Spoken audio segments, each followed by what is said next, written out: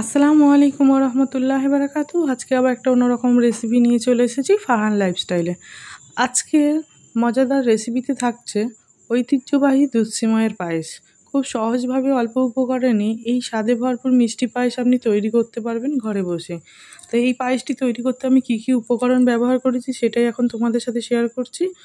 প্রথমে আমি একটু দুধ ভালোভাবে গরম করে নিয়েছিলাম, মানে ফুটিয়ে নিয়েছিলাম। তারপরে আমি ইন্ডাকশানে বসিয়ে দিয়েছিলাম একটা কড়া, ওতে দিয়ে দিয়েছিলাম অল্প পরিমাণে গাওয়া ঘি। তারপরে দিয়ে দিচ্ছি ড্রাই ফ্রুটের মধ্যে ছিল আমন্ড, কাজু, আর দিয়ে দিয়েছিলাম অল্প পরিমাণে কিশমিশ। সবকটাই আমি এই ঘিতেই ভালোভাবে ভেজে নেব। মোটামুটি ভাজা হয়ে গেলে 1 মিনিটের মধ্যে মনে হয় ভাজাটা হয়ে যায়। তো দেখো, আমি ইন্ডাকশানের ফ্লেমটা একদম মিডিয়াম রেখেছিলাম, সেই জন্য আমার 1 মিনিট সময় লেগেছিলো এই কটা ভাজতে। তো আমি এটা একটা পাত্রে তুলে নিচ্ছি। তারপরে আমি আরেকটু সামান্য পরিমাণে ঘি দিয়ে দেবো আমি সব সিমইগুলো। অল্প একটু সিমই দিয়েই আমি এটা তৈরি করব, সেই জন্য পরিমাণটাও আমার কম ছিল। সিমইটা আমি দিয়ে দিচ্ছি। সিমইটা আমার শুকনো কড়াইতে একটু ভাজা ছিল, তবুও আজকে আমি একটু ঘিয়ের ওপরে ভেজে নেব ভালোভাবে।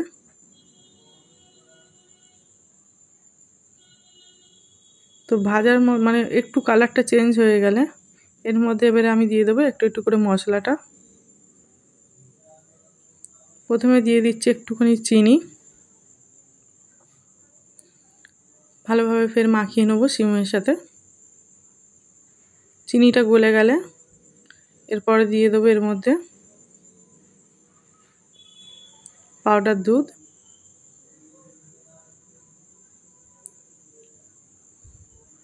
পাউডার দুধটাও ভালোভাবে আমি সিমের সাথে মিশিয়ে নিচ্ছি। তারপরে আমি দিয়ে দেবো ফুটিয়ে রাখা দুধটা। অল্প পরিমাণে দিয়ে ভালোভাবে আমি সিমইটাকে আগে শুকনো করে নেব। তারপরে দিয়ে দেবো ড্রাই ফ্রুটটা। তারপরে আবার ফের আমি ফাইনালি দুধটা দিয়ে দিলাম। যেহেতু এটা দুধের মতন তৈরি হবে, পায়েসের মতন তৈরি হবে, কিছুটা দুধে আমি কাস্টার্ড পাউডার দিয়ে দিচ্ছি। এটা ওপর থেকে আমি দিয়ে দেবো এবারে।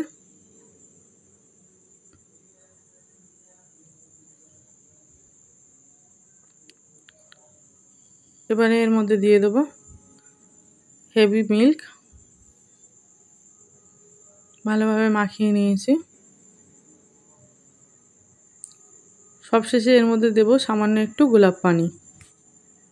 তো মোটামুটি আমার দেখো সিমইটা পুরোপুরি রেডি হয়ে গেছে। ঈদ, পুজো বা যে কোনো উৎসবে অতিথিদের জন্য এই দুধ সিমাই হতে পারে একেবারে পারফেক্ট ডিজার্ট।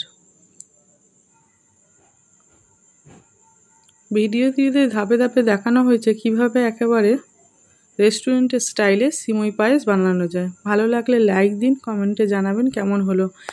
আরও নতুন নতুন রেসিপির জন্য চ্যানেলটি সাবস্ক্রাইব করতে ভুলবেন না। আবার দেখা হবে নেক্সট একটা ভিডিওতে। ততক্ষণ ভালো থাকবেন, সুস্থ থাকবেন। টাটা বন্ধুরা।